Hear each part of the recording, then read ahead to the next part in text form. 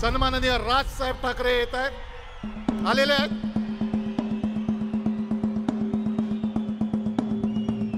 महाराष्ट्र नवनिर्माण सेनेचा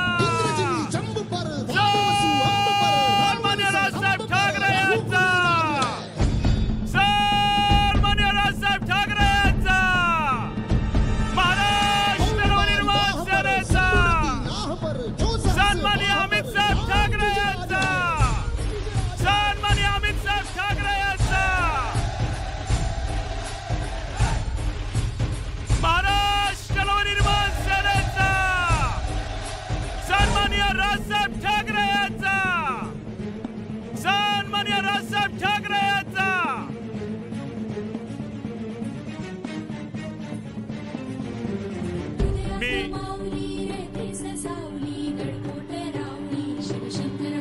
मी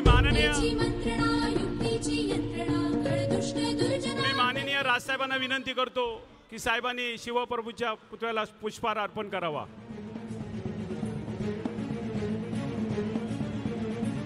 प्रौढ प्रताप पुरंदर हिंदवी स्वराज्य संस्थापक जाणदार राजा शिवछत्रपती शिवाजी महाराज की, छत्रपती शिवाजी महाराज की जय भवानी. जिल्हाध्यक्ष अविनाशजी जाधव साहेबांना विनंती करतो की त्यांनी व्यासपीठावरती यायचं आहे. ठाणे शहराच्या वतीने मी स्वतः महिला उपशहराध्यक्ष, शहराध्यक्ष व उपशहराध्यक्ष सन्मान्य राजसाहेबांचं स्वागत करतील.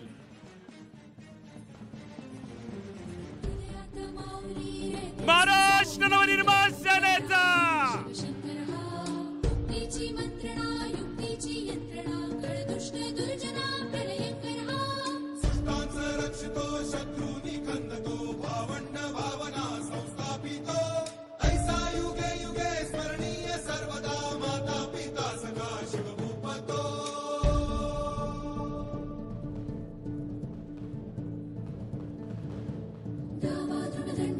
चीता मृगचुंड पर भूषण वेतुंड पर जैसे मृगराज है.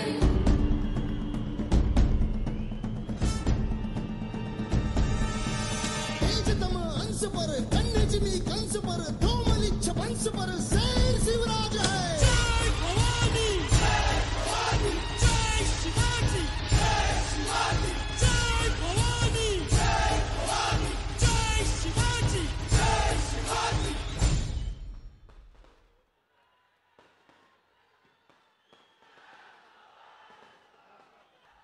महाराष्ट्र नवनिर्माण सेनेचा सन्मान्य राजसाहेब ठाकरे यांचा. मी माननीय राजसाहेब ठाकरेंना विनंती करतो की त्यांनी आम्हाला मार्गदर्शन करावं. महाराष्ट्र नवनिर्माण सेनेचा सन्मान्य राजसाहेब ठाकरे यांचा.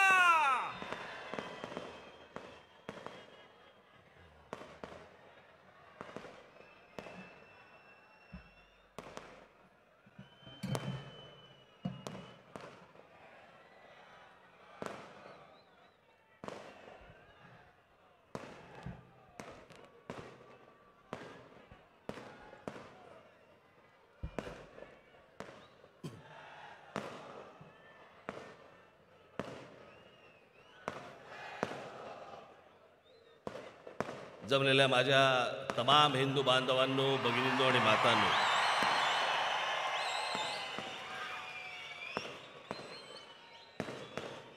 माझा आज भाषण करताना कदाचित टेबल फॅन होणार आहे.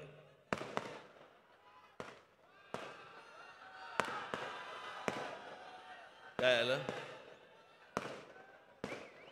काय आलं?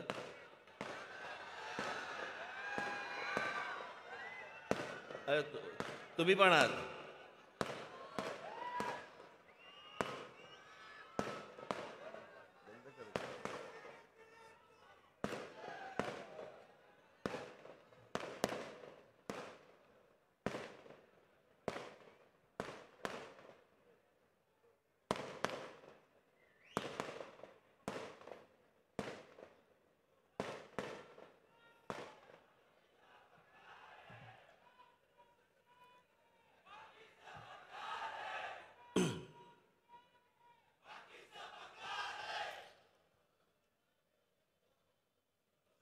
आता व्यासपीठाजवळ येत असताना मला अग्निशामक दलाचा बंब दिसला.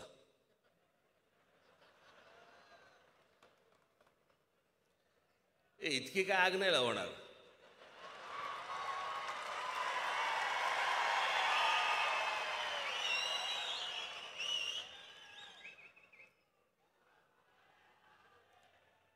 आज दुपारी मी बसलो असताना मला एका पोलीस अधिकाऱ्यांचा फोन आला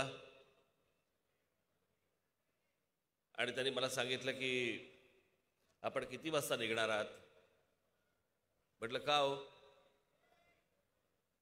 नाही म्हणे काही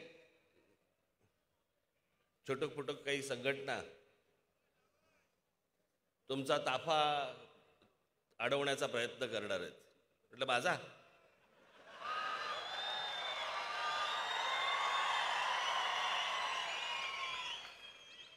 नाही म्हणे काय आम्ही ते सगळे त्यांना डिटेंड करू, पकडू वगैरे वगैरे, फक्त तुमचं निघायचं टायमिंग आम्हाला कळलं तर बरं होईल. मी म्हटलं मी तुम्हाला जेव्हा निघणार आहे त्यावेळेला मी तुम्हाला कळवतो. महत्वाची गोष्ट अशी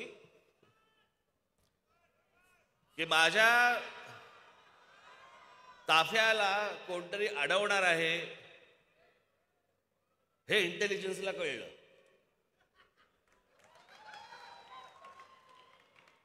पण पवार साहेबांच्या घरी एसटीचे लोक जाणार आहेत हे इंटेलिजन्सला नाही कळलं.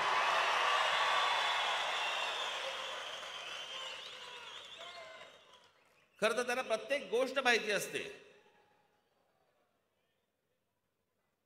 एखादा माणूस शिंकला तर तो करोनाचा शिंकला का साधा शिंकला हेही त्यांना माहिती असतं.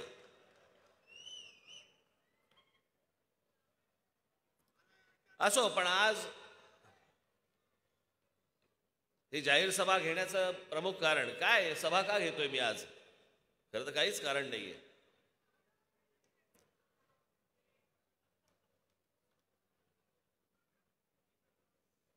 गुढीपाडव्याची सभा झाल्यानंतर अनेकांनी जे आपापले तारे तोडले,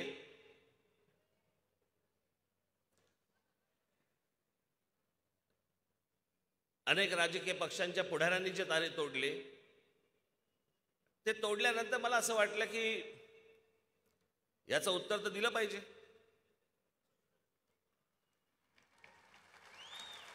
पण मला पत्रकार परिषद घेऊन याचं उत्तर द्यायचं नव्हतं. आणि याचं एकमेव कारण असं होतं की पत्रकार परिषद घेतली जर असती मी,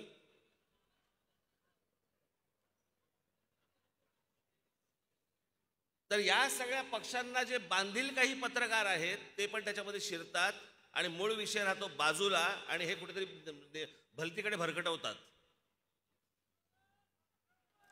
आणि मला तो भरकटवून द्यायचा नव्हता,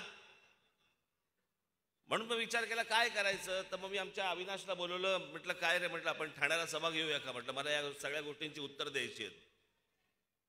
मला या जरूर करू, आपण जोरदार करू, ते दिसतच आहे.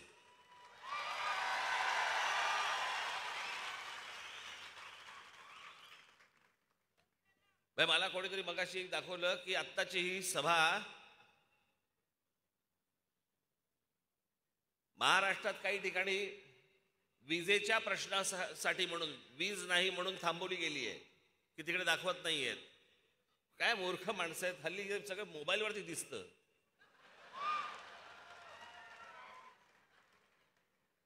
तुमच्या करंटची अपेक्षा कोणाला आहे. पण आता ही सभा, जाहीर सभा आपली मोठे स्क्रीन लावून जम्मू मध्ये पण दाखवली जाते. जम्मू मध्ये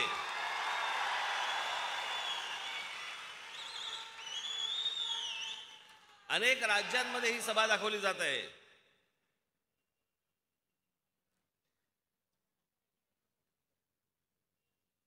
आणि म्हणून मी ही जाहीर सभा आज घेण्याचं इथे ठरवलं की त्या सगळ्या प्रश्नांची उत्तरं म्हटलं आपण आज जाहीर सभेनेच देऊ. कारण हल्ली काय झालंय, त्या दिवशीची सभा झाली, मग अनेक राजकीय पक्षांशी संबंधित असलेल्या अनेक पत्रकारांनी आपापला कंडू शमवून घेतला.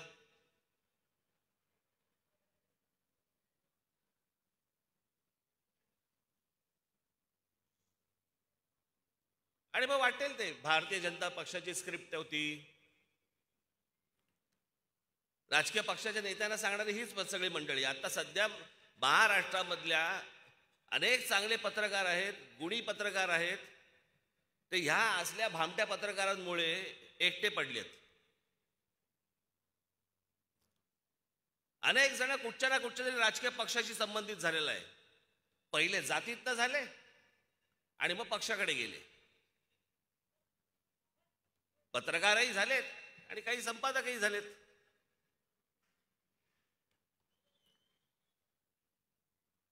आणि त्याच्यामुळे आपण काही बोललं की फक्त टीका करायची. टीका म्हणजे काय, तर त्या राजकीय पक्षांच्या नेत्यांचं जे म्हणणं आहे ते ह्यांनी खरडायचं.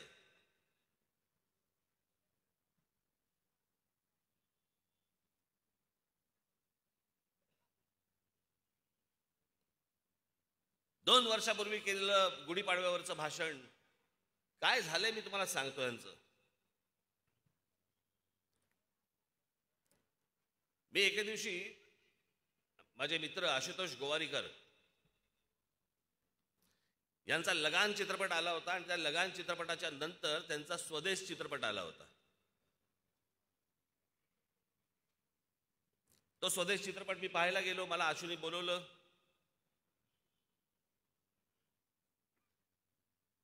मी तो चित्रपट पाहत असताना मला असं वाटलं की मी बाहेर पडलो. चित्रपट पाहिल्यानंतर बाहेर पडल्यावरती मी आशूला विचारलं, म्हटलं अरे आशू काय पिक्चर बनवला? म्हटलं असा काय पिक्चर असतो का? म्हटलं हा काय पिक्चर आहे? मी त्याला काही इकडचं तिकडचं त्याला मी चित्रपटाविषयी काही बोललो वगैरे वगैरे. घरी आलो आणि घरी आल्यानंतर मी विचार केला, मी खरंच चित्रपट पाहिला का? की माझ्या मागे लगान चित्रपट होता. लगान चित्रपट पाहिल्यानंतर मी ज्या वेळेला स्वदेश पाहायला गेलो त्यावेळेला मी माझा एक चित्रपट घेऊन गेलो होतो. माझ्या डोक्यात एक होतं की बाबा आशुतोष गोवारीकरने लगान बनवलाय, लगान नंतर एक असा चित्रपट असेल. आणि मग मी ज्यावेळेला परत तो चित्रपट पाहिल्यानंतर मी आशूला मी सांगितलं, म्हटलं आशू मला माफ कर, म्हटलं मी तो चित्रपट पाहिला नव्हता, मी काहीतरी डोक्यात वेगळंच घेऊन गेलो होतो. ती जी परिस्थिती होती ना ती अनेक पत्रकारांची होती, अनेक संपादकांची होती. गुढीपाडव्याच्या सभेला ते त्यांचं एक स्वतःचं भाषण घेऊन आले होते की नाही या विषयावरती राज ठाकरे बोलणार, या विषयावरती राज ठाकरे बोलणार, हा विषय आणतील, या विषयावरती बोलतील.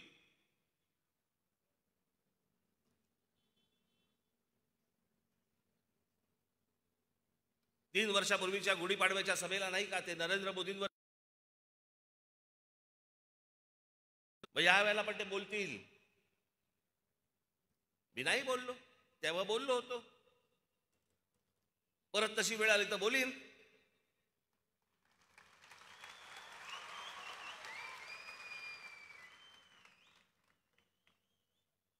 इतरही विषय आहेत, तुमचेही वाभाडे काढायचे आहेत मला.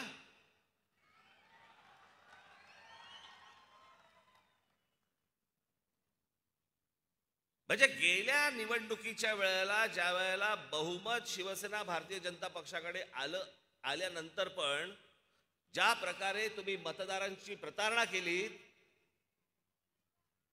आणि शिवसेना, राष्ट्रवादी काँग्रेस आणि काँग्रेसचं सरकार बनलं, त्याच्या अगोदरचा एक पहाटेचा शपथविधी झाला, तो फिसकटला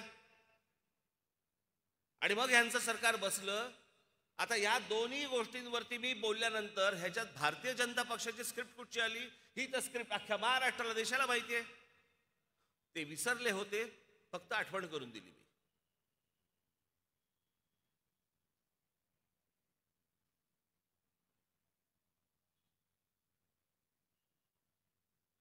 ज्या वेळेला मी नरेंद्र मोदींवरती मी ज्या वेळेला बोलत होतो त्यांच्या भूमिका काही मला नाही पटल्या, उघडपणे बोललो. आता हे सांगतायत की मला म्हणे ईडीची नोटीस आली म्हणून मी म्हणे मी ट्रॅक बदलला. मी नाही ट्रॅक बदलला, मला नाही लागत ट्रॅक बदलायला.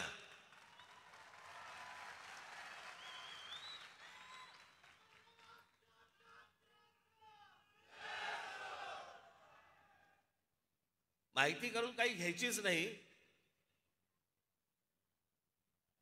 IL&FS नावाची जी कंपनी आहे त्या कंपनीची इन्क्वायरी होती, ज्याच्यामध्ये कोयदूर, ज्याच्यामध्ये मी होतो.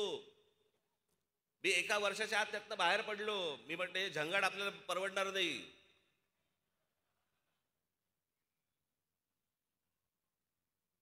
म्हणजे व्यवसायही नाही करायचा का कोणी? आणि त्या कंपनीची जी इन्क्वायरी निघाली त्याच्यातनं मला ती नोटीस आली होती आणि मी ती नोटीस आल्यावरती ईडीच्या कार्यालयात गेलो.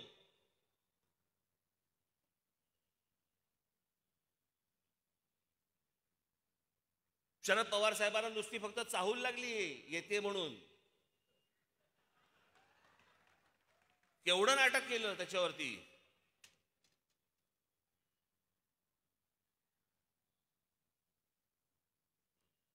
आणि जर या हाताने जर काही पापच केलेलं नाहीये, नोटीसी कोणत्या पण येऊ देत, त्या राजकीय असू देत नाही तर कायदेशीर असू देत, ठीक नाही हलत मी त्याला.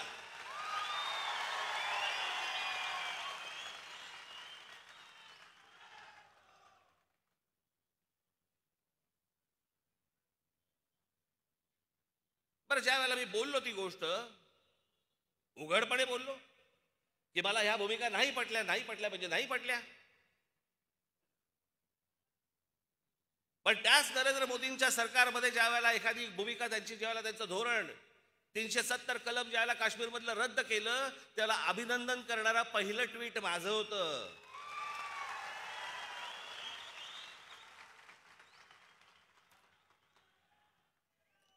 नरेंद्र मोदींसारखा पंतप्रधान या देशाला मिळावा असं बोलणाऱ्या या देशामधला पहिला माणूस मी होतो. त्याच्यानंतर बाकीचे बोलले आहेत. ज्या वेळेला मी एखादं स्वप्न ज्या वेळेला एखाद्या पंतप्रधानाकडनं पाहतो, 30 वर्षानंतर म्हणजे राजीव गांधींच्या नंतर एका व्यक्तीच्या हातामध्ये या देशामधलं पूर्ण बहुमत आल्यावरती या देशामध्ये कोणकोणत्या गोष्टी व्हायला पाहिजे होत्या, ज्या मी माझ्या भाषणांमधनं पण बोललो होतो तेव्हा. आजही माझी तीच मागणी आहे की बाकीच्या गोष्टी सोडा, ज्या झाल्या त्या झाल्या. पण नरेंद्र मोदींना माझं सांगणं आहे, आजही सांगणं आहे, या 2 मागण्या तुम्ही पूर्ण करा. या देशावरती खूप मोठे उपकार होतील. एक म्हणजे या देशामध्ये समान नागरी कायदा आणा.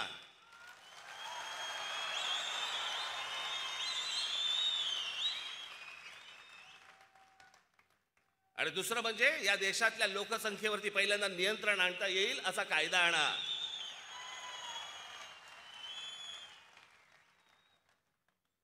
आम्हाला काय आसूया नाहीये की आमच्याकडे 1 तुमच्याकडे 5-5.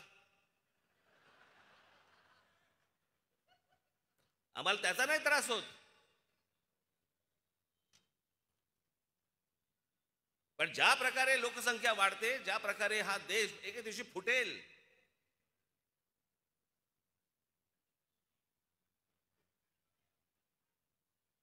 पण ह्या काही गोष्टी या देशामध्ये होणं गरजेच्या आहेत, आवश्यक आहेत.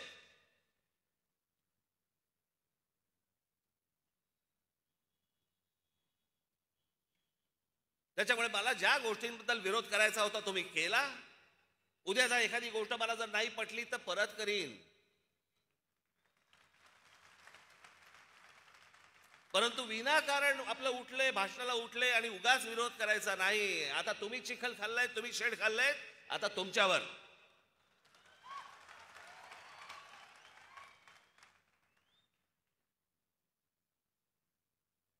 माझ्या भाषणानंतर काही प्रतिक्रिया आल्या.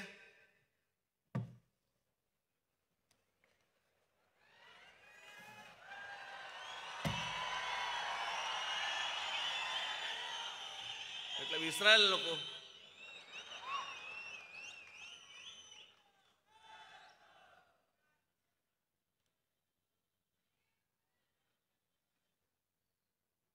सुप्रिया सुळे बोलतायत.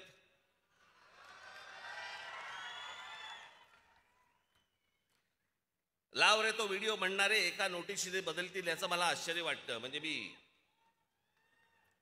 मला आश्चर्य या गोष्टींचं वाटतं की एकाच घरात राहून अजित पवारांच्या घरी रेड पडते पण तुमच्या घरी रेड पडत नाही. ह्याचं कारण मला कळेल का?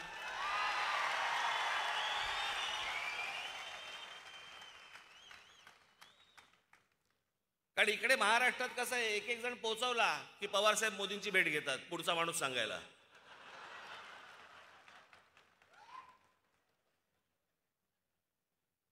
देशमुख गेले, मग परत एक भेट घेतली. अजितचं काय, मग रेट टाकल्या, रेट कंप्लीट झाल्या, परत भेट घेतली. तो जरा नवाब मलिक जरा फाजीलपणा जास्ती करतोय, जरा जरा थोडंसं लक्ष द्या. मग नवाब मलिक, आता नवाब मलिकांचं झालं. परवा दिवशी एक फोटो काढला सगळ्या राज्यसभेतल्या खासदारांचा, नंतर हळूच जाऊन परत आतमध्ये परत भेटले. मग काहीतरी संजय राऊत बद्दल बोलले. असं म्हणे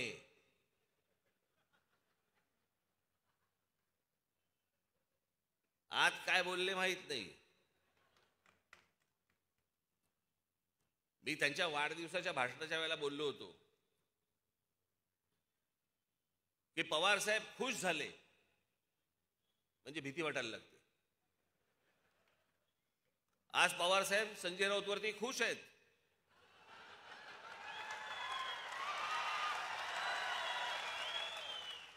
कधी टांगलेला दिसेल कळणार पण नाही. याच्यामध्ये अनेक काँग्रेसवाले गेलेले आहेत.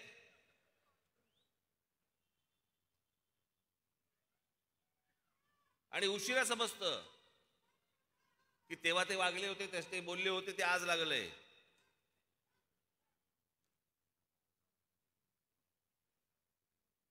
अजित पवारांच्याकडे रेड पडते, अजित पवारांच्या सख्या बहिणींच्या घरी रेड पडते, आणि त्याच्यानंतर देखील पवार साहेब आणि नरेंद्र मोदी यांचे अत्यंत मधुर संबंध राहतात. कसं काय, मी कधी बघितलं नाही पवार साहेबांना भडकलेलं कधी बोलताना. मी ज्यावेळेला उघडपणे बोलत होतो त्यावेळेला ह्यांच्या शेपट्या आतमध्ये होत्या सगळ्यांच्या. हे कोणी बोलले नाही, ते दुसरे एक ते जयंत पाटील.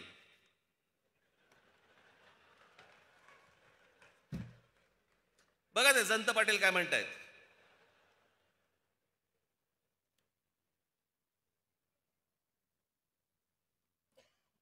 हे कधी म्हणे गेले होते उत्तर प्रदेशामध्ये की ज्यांना आता उत्तर प्रदेशचं कौतुक वाटतं. जयंत पाटील, माझं भाषण नीट ऐका.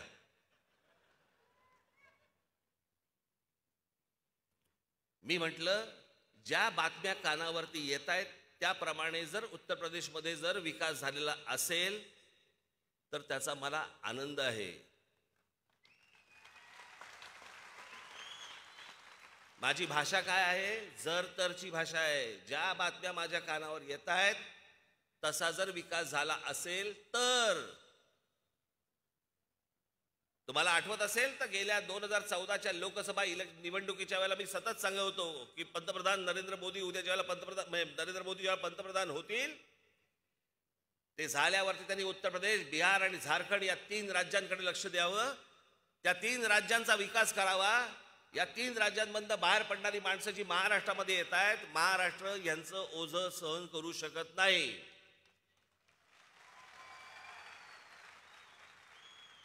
माझी सगळी भाषणं काढून बघा. आणि सुप्रिया सुळेंनी बोलायचं नाही हो.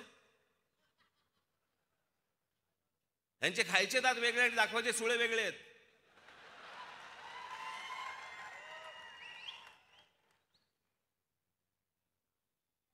जयंत पाटील, आता जयंत पाटलाला काही सांगा, चकित चंदू. एकदा मागे गृहमंत्री असताना मी त्याला सांगत होतो, ह्याच सगळ्या गोष्टी सांगत होतो. म्हटलं अहो जरा एकदा त्या बेराम पाड्यामध्ये जाऊन बघा, एकदा ह्या सगळ्या वस्तीमध्ये जाऊन बघा. इकडे म्हटलं अत्यंत भीषण अवस्था आहे म्हटलं तिकडे. कधी म्हटलं तिथे कुठे शस्त्र असतील, बॉम्ब असतील. खरे की काय मला काही कल्पनाच नाही. सतत चेहरा चकित चंदू. आश्चर्य झालेलं असतं, सारखं आश्चर्य.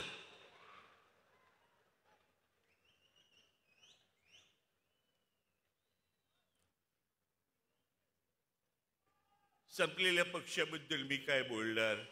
संपलेला पक्ष, अरे येऊन बघा, हा काय संपलेला पक्ष आहे का.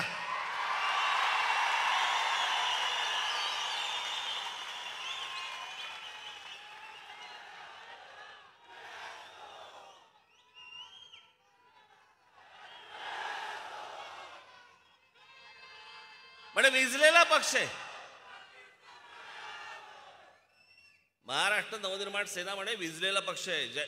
जंतराव हा विजलेला पक्ष नाहीये, हा समोरच्यांना विझवत जाणारा पक्ष आहे.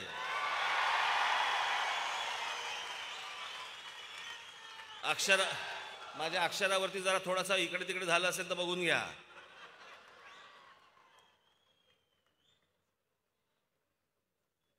हे काय मला सांगता यांचा मतदारसंघाबाहेरांना कोणी हुंगून विचारत नाही. आणि मला सांगतात की यांचे आमदार काय झालं, आमदार कुठे गेले. राष्ट्रवादी काँग्रेस हा निवडून येणाऱ्या आमदारांचा उमेदवारांची मोळी आहे. ती निवडून येणाऱ्या जे लोक असतात त्यांना एकत्र करून बांधलेली मोळी आहे. त्याची रस्सी फक्त पवार साहेब आहेत. ही माणसं कुठच्याही दुसऱ्या पक्षामध्ये गेली की निवडून येतील.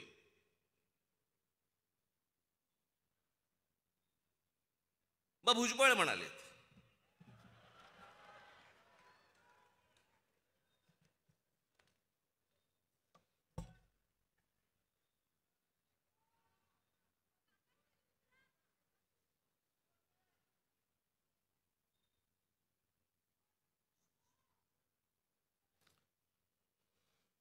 भुजबळ म्हणतायत त्यांनी माझ्यावरती टीका केली हे खरं आहे. मीही मोदी बीजेपी विरोधात बोलत होतो, त्यामुळे मला जो त्रास सहन करावा लागला तो मी सहन केला, पण त्यासाठी मी माझा मार्ग बदलला नाही. अच्छा,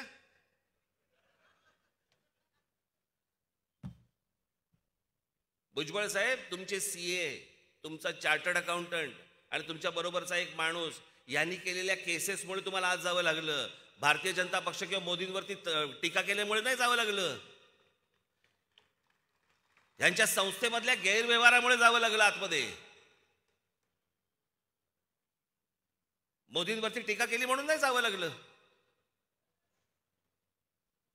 2-2.5 वर्ष जेलमध्ये गेल्यानंतर पहिला शपथविधी यांचा होतो. बरं, सगळेजण सांगतायत संपलेला पक्ष आहे, त्याच्यावर काय बोलणार, तरी बोलतायत. रकानेच्या रकाने भरतायत, रकानेच्या रकाने लिहितायत.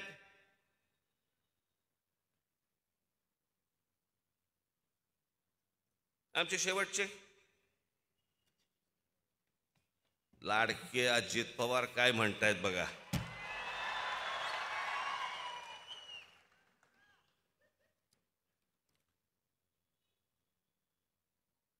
त्यांचा एक आवडता शब्द आहे पठ्ठ्या. यांना काय म्हणे, भोंगे आत्ताच दिसले का म्हणे, आत्ताच सुचले का, याच्या अगोदर काय म्हणे झोपा काढत होतात का.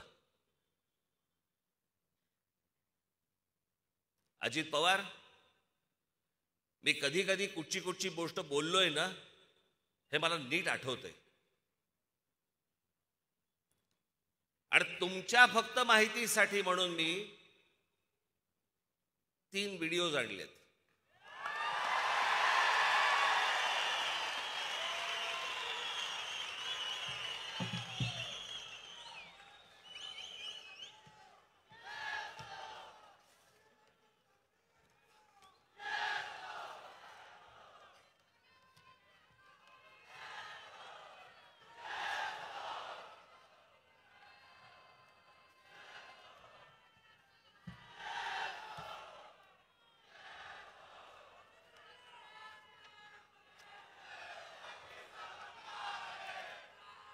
मी याच्या अगोदरही बोललो होतो,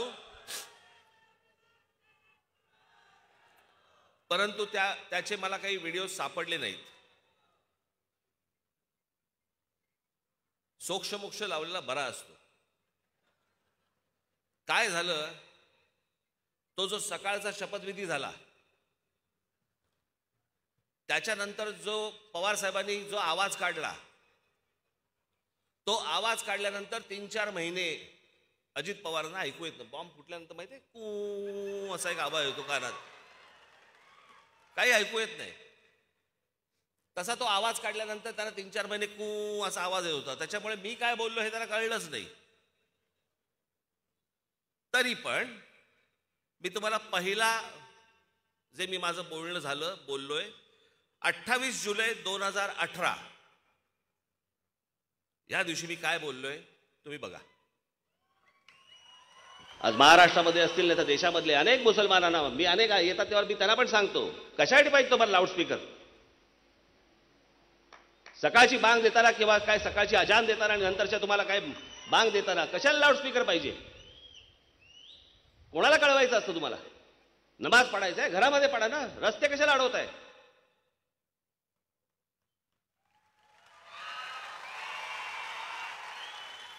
1 ऑगस्ट 2018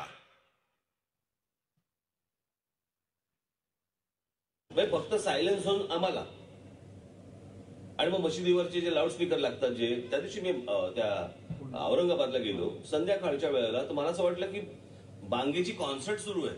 सगळ्या ठिकाणून आपले जोर जोरात चालू आहे ते सगळं.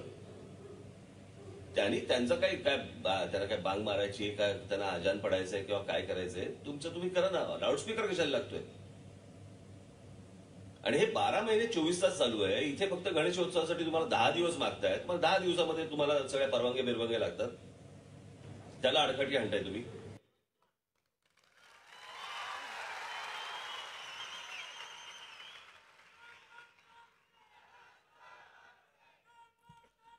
आता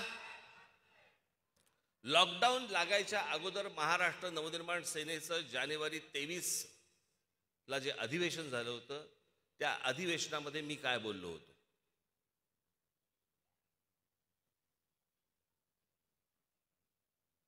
धर्म प्रत्येकाने आपापल्या घरामध्ये ठेवावा आणि त्याच्यासाठी मशिदींवरचे जे लागणारे भोंगे आहेत हे भोंगे देखील तितकेच बंद झाले पाहिजे, हे तेव्हाच मी बोललो होतो.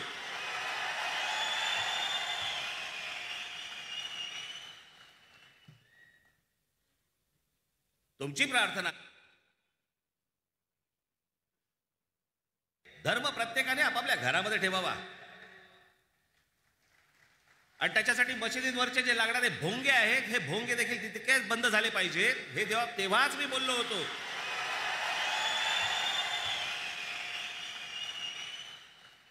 अजित पवारना ऐकून आलं. तुमची प्रार्थना आहे बंद कर आता. मी ह्याच्या आधीही बोललो, ऐकू नाही आलं. लॉकडाऊनच्या काळामध्ये कान साफ झाला असणार. गुढीपाडव्याचा भोंगा ऐकू आला.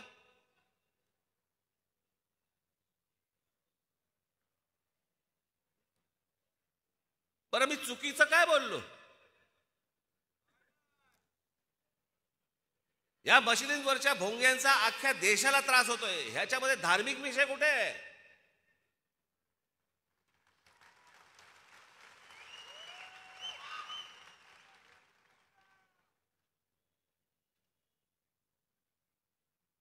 तुम्हाला जो काय नमाज पडायचा आहे, तुम्हाला जी काय अजान द्यायची घरामध्ये द्या.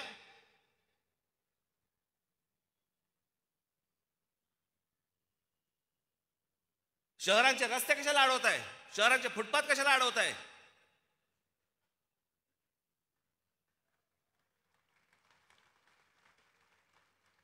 प्रार्थना तुमची आहे, आम्हाला काय ऐकवताय?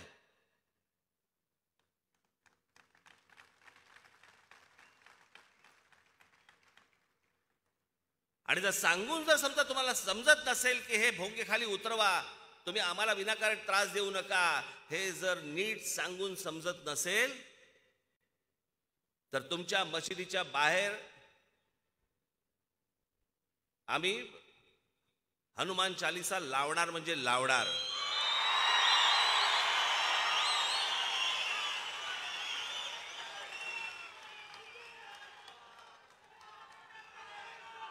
वातावरण आम्ही नाही बिघडवत आहोत, आम्ही वातावरण नाही बिघडवत आहोत. हा धार्मिक विषय मुळात नाहीच आहे, हा सामाजिक विषय आहे. वयस्कर लोकांना, विद्यार्थ्यांना, महिलांना, सर्वांना या गोष्टींचा सकाळी त्रास होतो. 5-5 वेळा तुम्ही दिवसभराबंद तिकडे नमाज पडता, बांग देता.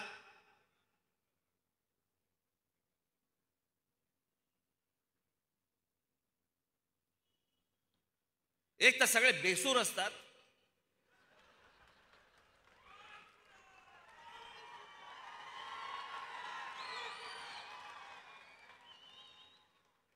काय म्हणून आम्ही ऐकायचं?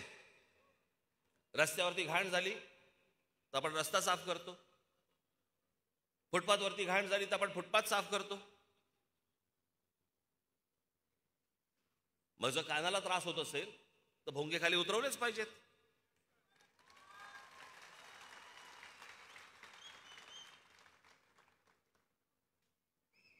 आणि राज्य सरकारला माझं सांगणं आहे, याच्यामधून आम्ही मागे हटणार नाही. तुम्हाला काय करायचं असेल ते करा. या गोष्टीचा एकदा सोक्ष मोक्ष हा लागलाच पाहिजे. ज्या देशांमध्ये तुम्हाला तिथे बंदी आहे, अनेक परदेशामधल्या देशांमध्ये बंदी आहे, निमूटपणे ऐकता ना तिकडे.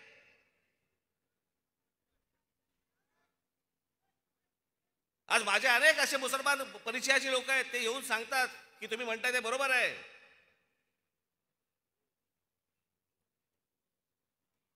असा कोणता धर्म आहे जो दुसऱ्या धर्मीयांना त्रास देतो? आज तुमचा रमजान चालू आहे, आम्ही समजू शकतो.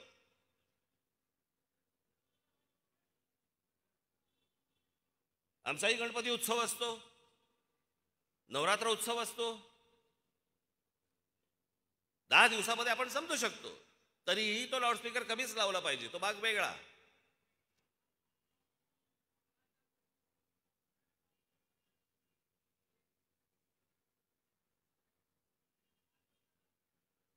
काही सणवार असेल तर आपण समजू शकतो.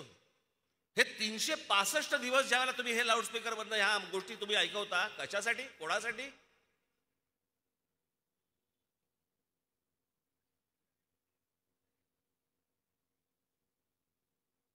3 तारखेला ईद आहे.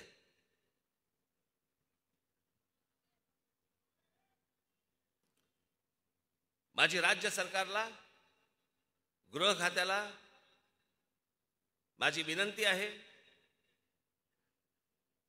की कुठचीही तेढ, कुठचीही दंगल, कुठच्याही गोष्टी आम्हाला निर्माण करायच्या नाहीत. आम्हाला त्याची इच्छा देखील नाही. महाराष्ट्राचं स्वास्थ्य आम्हाला बिघडवायचं नाही.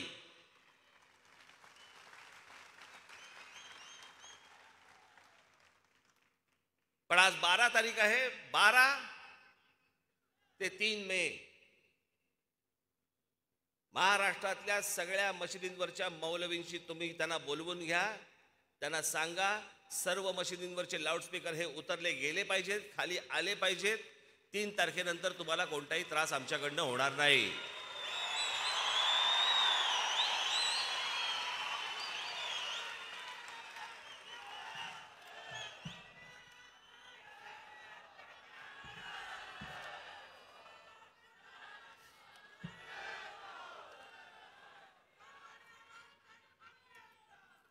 अठरा जुलै 2005 चा सर्वोच्च न्यायालयाचा निकाल आहे किंवा त्यांची टिप्पणी आहे. इतरांची शांतता बिघडवून तुम्ही तुमची प्रार्थना करा किंवा मोठे ध्वनिक्षेपक किंवा मोठी वाद्य वाजवून प्रार्थना करा असं कुठलाही धर्म सांगत नाही. आमच्या मते समाजात धर्माच्या नावाने म्हातारी माणसं, आजारी रुग्ण, विद्यार्थी यांची पहाटेची झोप बिघडवणं, दिवस खराब करणं आणि बाकीच्यांचा दिनक्रम विस्कळीत करणं अशा गोष्टींना मुळीच परवानगी देता कामा नये. जर सुप्रीम कोर्टाने जर समजा ही गोष्ट सांगितलेली असेल तर राज्यातल्या गृह खात्याला त्याची अंमलबजावणी करायला काय प्रॉब्लेम आहे? हे होत का नाहीये? मतांसाठी? म्हणजे हे मतांसाठी म्हणून वाटेल त्या प्रकारे धर्म चालवणार आणि आम्ही उघड्या डोळ्यांनी आणि उघड्या कानांनी बघत बसायचं, हातावर हात ठेवून आम्ही उभं राहायचं फक्त.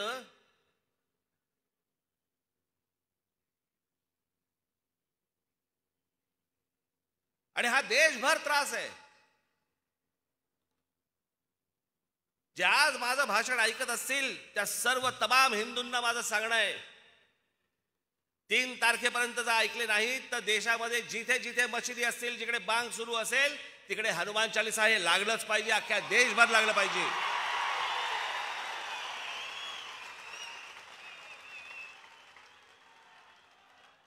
आम्हाला काय त्रास होतो तो एकदा त्यांना होऊ देत. एकमेकांना त्रास देणारा धर्म असू शकत नाही.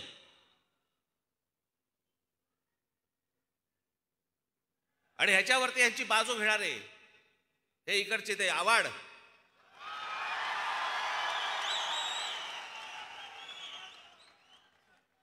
काय पण फिराय नागाने फणा काढावा.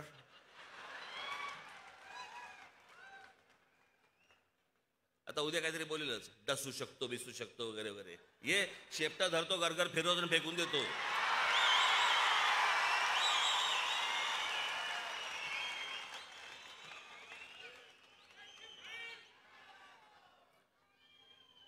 राज ठाकरेंनी म्हणे सांगितल्याप्रमाणे कुठच्या दर्ग्यामध्ये किंवा कुठेही मदरशामध्ये जर समजा वस्त्रा जरी सापडला तरी मी राजकारण संन्यास घेईन. सापडेल कसा?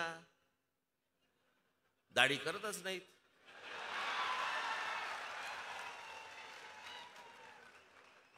वस्त्रा कसा सापडेल? बरं, इकडून तिकडून तुला वस्त्रा दिसला,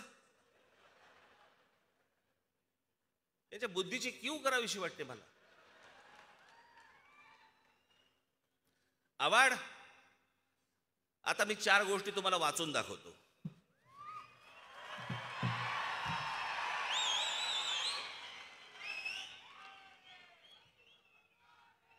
चोवीस ऑगस्ट 2001, नीट ऐका आम्ही काय बोलतोय ते. 24 ऑगस्ट 2001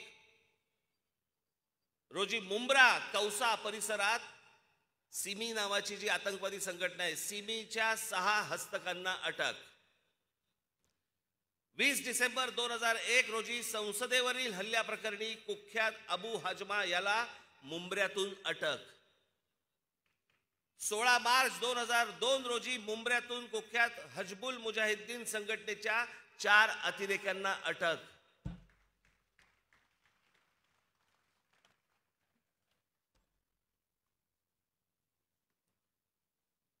कोणा एका नेत्याच्या हत्येचा कट रचल्याप्रकरणी 3घांना अटक.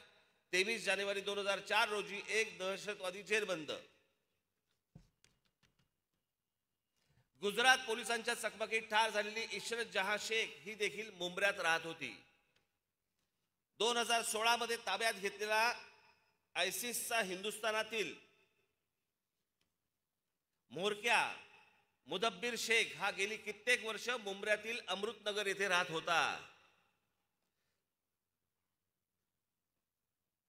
17 एप्रिल 2003 रोजी लष्कर-ए तोयबाच्या 2 अतिरेक्यांना अटक.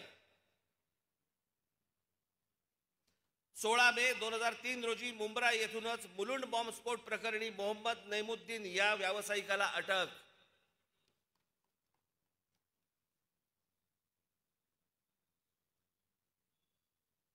मुंब्र्यात रिजवान मोमीन या संशयित अतिरेक्याला अटक.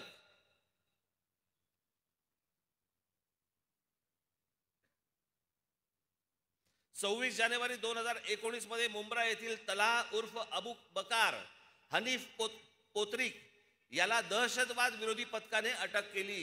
हे सगळे मुंब्र्यातले आहेत जिथून आवाड निवडून येतो.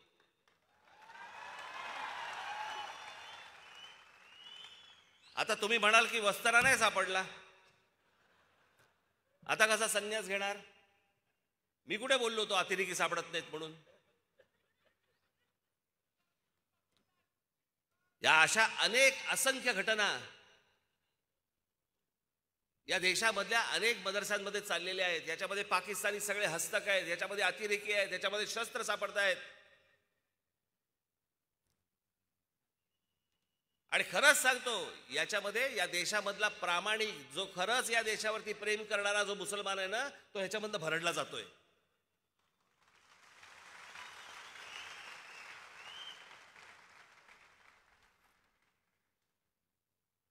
हे आमचे सलीम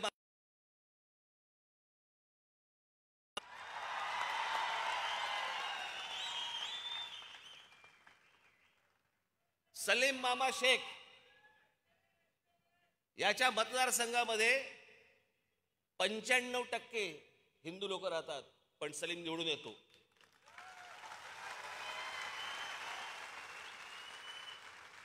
याचं कारण हे मराठी मुसलमान, या देशावरती प्रेम करणारे मुसलमान, या देशाशी प्रामाणिक असलेले मुसलमान असंख्य आहेत, पण हे या लोकांमुळे भरडले जात आहेत. हा जो देशामध्ये धर्माचा अतिरेक करणारी जी लोक आहेत ना, हे त्यांच्यामुळे भरडले जात आहेत.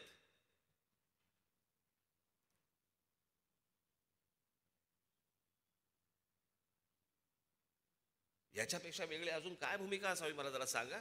आणि पवार साहेब सांगतात मी जातीयवाद भडकवतो. बरं, पवार साहेबांनी सांगावं, राष्ट्रवादी काँग्रेसने सांगावं राज ठाकरे त्याची भूमिका बदलतो म्हणून. राष्ट्रवादी काँग्रेसने बोलावं.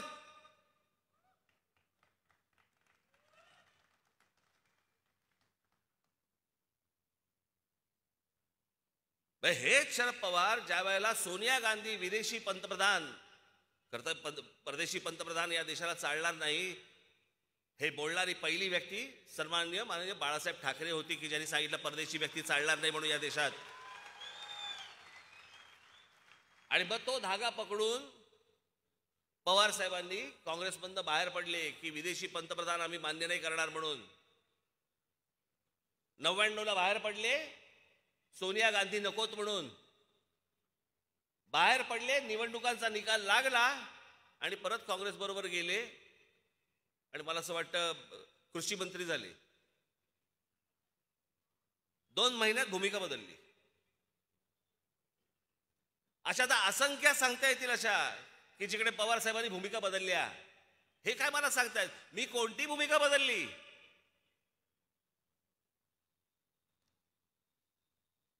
हिंदुत्वाची भूमिका मी आज नाही आणली आहे. आठवून बघा, या देशामध्ये पाकिस्तानी कलावंतांना ढोंगणावरती लात मारून हाकलून देणारी संघटना कोणती होती, पक्ष कोणता होता?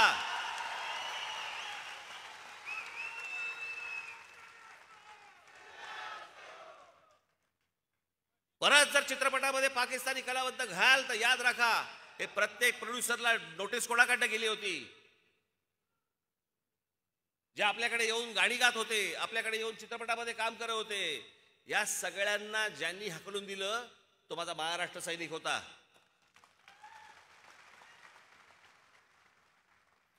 आझाद मैदानवरती ज्या वेळेला त्या कुठची संघटना ती रजा अकादमीने ज्यावेळेला मोर्चा काढला, आमच्या पोलीस भगिनींना मारलं. त्या घोळका करून त्या पोलीस भगिनींना आतमध्ये घ्यायचे आणि त्याला काय शारीरिक त्रास दिले हे आमचे इथे पत्रकार आहेत सगळे. यांच्या गाड्या फोडल्या, जाळल्या, आमच्या पोलिसांना मारलं, कोणी प्रतिक्रिया नाही दिली. त्यांच्या विरोधात फक्त महाराष्ट्र नवनिर्माण सेनेने मोर्चा काढला आणि तो मोर्चा काढल्यानंतर तिथे जो मुंबईचे पोलीस कमिशनर होते त्यावेळेला आरोप पटनायक हे आले आणि ते आमच्या पोलिसांवरतीच डाफरायला लागले. समोरून ते हल्ला करतायत आणि हे सांगतायत, पोलिसांना सांगतायत नाही हल्ला नाही करायचा, त्याला मारायचं नाही, त्याला कुठची गोष्ट करायची नाही. तो मोर्चाच मुळात काढला होता अरूप पटनाईकना मुंबईच्या पोलीस कमिशनर पदावरनं काढून टाकण्यासाठी म्हणून. आणि तो मोर्चाच इतका ताकदवार होता की सरकारला निर्णय घ्यावा लागला आणि अरूप पटनाईकना मुंबई पोलीस कमिशनर पदावरनं काढून टाकण्यात आलं. हा काढलेला मोर्चा हा आमचा होता. अगोदरच्या गोष्टी जर समजा हे विसरून गेले असतील तर आठवण करून देतो.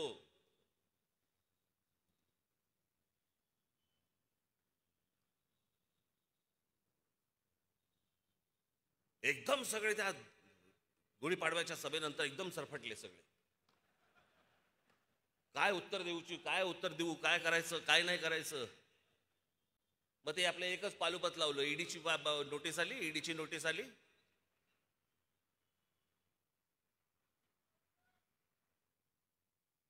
परत आली तर परत जाईल. तुम्ही जाताय का? नुसत्या फक्त प्रॉपर्टी अटॅच केल्या तर शिव्या द्यायला लागले पत्रकार परिषदेत.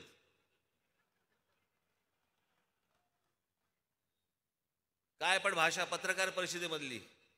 पत्रकार परिषदेमध्ये येऊन एका वर्तमानपत्राचा संपादक येतो आणि तो काय म्हणतो, भडवा, चुतिया. कशामुळे झालं हे सगळं? कारण आलं इथं अंगाशी. हे कुठचे आहेत तेच कळत नाहीत. हे शिवसेनेचे आहेत का राष्ट्रवादीचे आहेत? ह्यांच्यासाठी एक फार छान शब्द आहे. आमच्या आजोबांनी फार छान शब्द काढला होता असल्या वृत्तीच्या लोकांसाठी. हे सगळे लवंडे.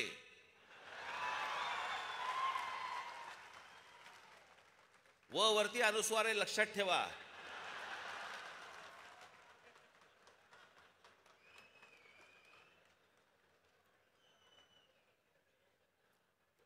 म्हणजे काय?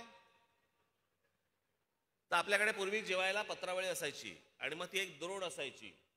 त्या द्रोणेमध्ये वरण टाकलं, आमटी टाकली की ती तिकडे पण लटकते. मग ती लवंडे जिकडे म्हणून ते लवंडे.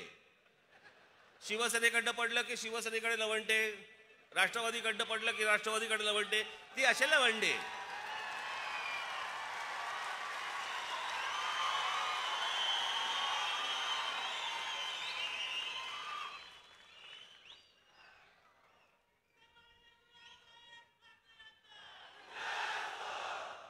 केवढं झोंबलं त्यांना ते. मी जे पवार साहेबांबद्दल जे बोललो की जातीयवाद जो आला महाराष्ट्रामध्ये, जात होतीच. असंख्य वर्ष, अनेक हजारो वर्ष जात आहे या देशामध्ये, या महाराष्ट्रामध्ये. प्रत्येक जातीला, प्रत्येक जातीतल्या माणसाला आपापल्या जातीबद्दल अभिमान होता. 99ला ज्या वेळेला राष्ट्रवादी काँग्रेसचा जन्म झाला, तो जन्म झाल्यानंतर दुसऱ्या जातीबद्दल द्वेष निर्माण करायला लावला. आमच्या मुलांची माथी भडकवली गेली. इतिहास चुकीचा सांगितला गेला म्हणे. पवार साहेब सांगतायत म्हणे इतिहास चुकीचा सांगितला गेला. मला सांगा ते काय, त्या कुठच्या संघटना काढल्यात ना राष्ट्रवादीने, संभाजी बी ग्रेड, सी ग्रेड वगैरे अशा अनेक संघटना त्यांनी काढल्यात. या 99 नंतरच कशा काय आल्या? योगायोग? योगायोग नाही, यांनीच काढल्या.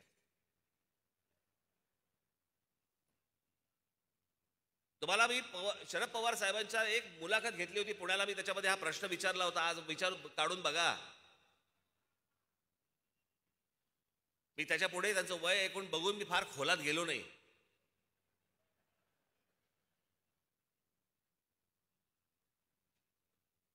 पण शरद पवार साहेब ज्या ज्या वेळेला भाषण करतात राष्ट्रवादी काँग्रेसचा जन्म झाल्यापासून, त्यावेळेला ते काय म्हणतात, हा महाराष्ट्र कोणाचा? शाहू फुले आंबेडकरांचा.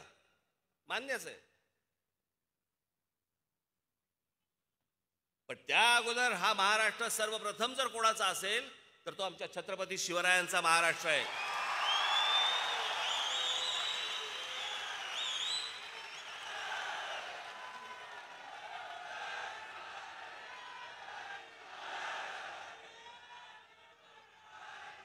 पण पवार साहेब कधीही, शरद पवार साहेब कधीही छत्रपतींचं नाव घेताना तुम्हाला दिसणार नाहीत, कुठच्याही सभेमध्ये दिसणार नाहीत. कारण छत्रपतींचं नाव घेतल्यानंतर मुसलमान मतं गेली तर काय करायचं? आणि म्हणून शिवछत्रपतींचं आमच्या कधीही ते नाव घेत नाहीत. शाहू फुले आंबेडकर. आणि मग छत्रपतींवरचं राजकारण करायचं असेल, त्याच्यामध्ये जर जातीचं राजकारण करायचं असेल, माझ्या महाराष्ट्रामधल्या मराठा बांधवांची, भगिनींची जर माथी भडकवायची असतील, मग दुसरे कोणीतरी पुस्तकं लिहिलीत, मग ती ब्राह्मणांनी पुस्तकं लिहिलीत, मग अजून कोणीतरी काहीतरी लिहिलंय. त्यांचंच एक भाषण बघत होतो म्हणे, अफजल खान म्हणे इथे आला होता, त्यावेळेला महाराजांनी त्याचा कोथळा बाहेर काढला, पण त्याच्यामध्ये काय हिंदू मुसलमान असं काय नव्हतं. मग पवार साहेब तो कशासाठी आला होता? तो काय केसरी टूर्स आणि काय ते वीणा वर्ल्डचं तिकीट घेऊन आला होता काय महाराष्ट्र दर्शन करायचं म्हणून? छत्रपतींची आमच्या ओळख काय? छत्रपतींनी ज्या वेळेला या स्वराज्याची शपथ घेतली त्यावेळेला हातामध्ये ध्वज कोणता घेतला? भगवा घेतला, आमच्या भागवत धर्माचा घेतला, आमच्या महाराष्ट्राचा घेतला, आमच्या संतांचा घेतला, आमच्या मंदिरांवरचा घेतला.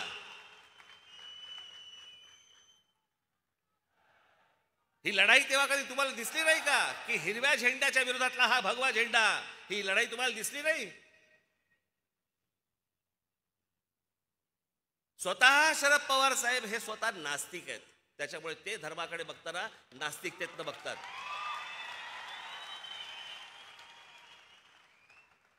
एखादा मिळाला तर दुर्मिळ फोटो तुम्हाला मिळेल, एखादा पवार साहेबांचा मंदिरात हात जोडतानाचा, पण तोही मिळणार नाही. कारण ते आहेतच स्वतः नास्तिकच आहेत. ते धर्मबिर्म काही मानत नाहीत, देवबिव काही मानत नाहीत. आणि मग ते त्यांच्या पद्धतीने राजकारण समजवण्याचा प्रयत्न करतात, त्यांना अपेक्षित असलेलं.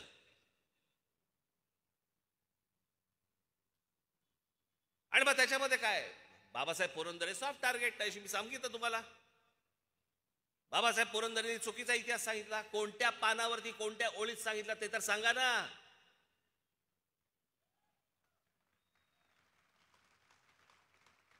ह्यांचे इतिहासकार कोण? ते म्हणे कोकाटे. कोण कोकाटे? बरं, महाराजांवरती आजपर्यंत रणजित देसाईंनी लिहून ठेवलं, संभाजी राजांवरती आमच्या शिवाजी सावंतांनी लिहून ठेवलं, बाबासाहेबांनी लिहिलं, आमच्या मेहेंदळींनी लिहिलं, अनेक लोकांनी लिहिलंय.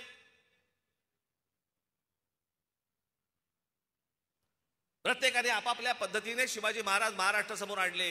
पण घराघरामध्ये जर समजा शिवाजी महाराज कोणामुळे जर पोचले असतील तर ते फक्त बाबासाहेब पुरंदरेंमुळे पोचले. हे नाकारून चालणारच नाही तुम्हाला. आणि हे कोणीही मान्य करतं. मग त्यांची व्याख्यानं असू देत, त्यांची पुस्तकं असू देत, तर काही असू देत. पण आम्हाला इतिहास नाही बघायचा आहे. आम्हाला ते पुस्तक कोणत्या जातीच्या माणसांनी लिहिले ते बघायचंय. आम्ही आमच्या शिवछत्रपतींचा इतिहास सांगणार नाही आहोत. आम्ही आमच्या मराठेशाहीचा इतिहास सांगणार नाही आहोत. आम्ही मराठेशाहीचा इतिहास सांगताना आम्ही त्याच्यामध्ये फोड करणार. फोड काय करणार की बघा पेशव्यांनी चालवलेलं, पेशव्यांनी केलेली गोष्ट. काय पवार साहेब काय चाललंय?